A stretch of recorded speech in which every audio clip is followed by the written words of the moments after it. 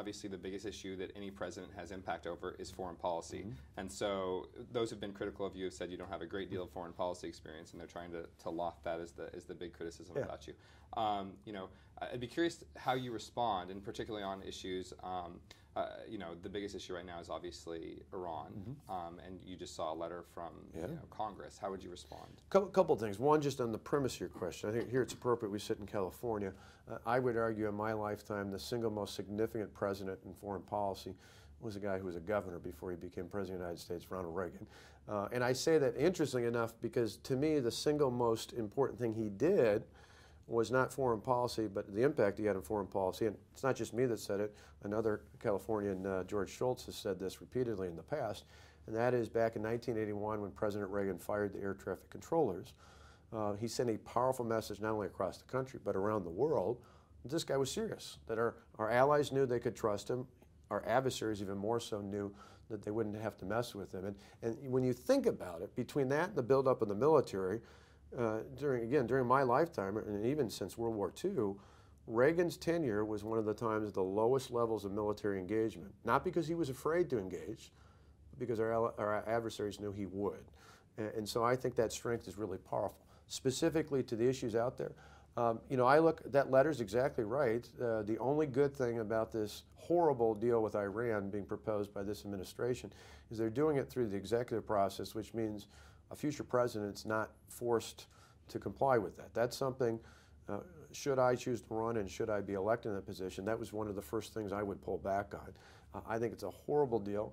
I just pray to God that we're not too late to shift things in that regard. If you were president today, how would you deal with Iran? Well, I think for starters, you pull back on that deal. You've got to go back and kind of put the genie back in the bottle in the sense that sanctions have been pulled back on, which are not an easy thing to do, particularly with our European allies. But we've got to continue to push that pressure on. And then you look beyond Iran, you look at radical Islamic terrorism, be it in Syria, Libya, elsewhere around the world, be it through ISIS or Al-Qaeda or other forms out there. We have to be fully engaged and prepared to go as far as it takes to take the fight to them before they take the fight to us. And you know, the one interesting thing I think, particularly in the last 6 to 7 months, has been with all these video images that people have seen the Syrian burned alive in the cage, they've seen the Egyptians beheaded, they've seen the others around the world beheaded. It's not something we just read about in a white paper anymore. It is something that people can see on their own phones and their own iPads or other gadgets out there, and it's chilling. It goes beyond just national security or foreign policy. It is personal safety that people start to feel about. And my view is, if I was in a position to be the President of the United States, I would use all the tools of the presidency, not just with the Cabinet National Security Advisor, the Joint Chiefs, the generals in the field. I would consult the Congress. I'd invoke our partnership and allyship and reaffirm that with Israel. I'd look at other allies like the UK and Germany and Japan and others. And then I'd invoke a coalition, including Arab countries in the Middle East, like Jordan, like Egypt, and others who I think are vested now because of what's happened to their citizens. And would you see yourself being able to commit ground troops should they be necessary?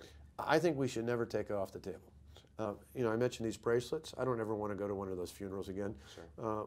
But I also know, having looked in the eyes of those parents, I don't want their sons to have died in vain, or any other son or daughter like them. And so, you know, Liam Panetta, interesting enough, Secretary of Defense under this president, I think is appropriately said of late, we should never signal to our foes how far we're willing to go. Because if we say we're only going to go this far, these people are in it for life. This is a generational problem we're going to have to deal with, and we need to be prepared to respond in kind. Last question on foreign policy, stick with that. Friend or foe, Russia?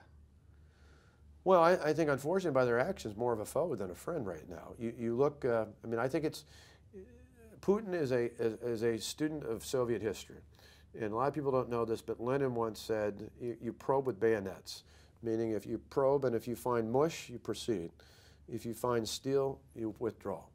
Right now, what we see in the Crimean Peninsula with where Putin and his allies have gone is they're finding mush, and so they keep proceeding. I just a week ago sat down with the president of Estonia, who's very concerned in the Baltic states. It's not up there yet, but he looks at where things have headed, and if we don't send a message, again, through NATO and our allies there, I'm going to be meeting next month with Chancellor Merkel in Germany, and I think there's a real threat in that region America needs to provide some leadership. I think in doing so, that combined with a real American energy policy, if the price continues to drop on the barrel of oil, not only does it affect our problem spots in the Middle East, it will affect Putin.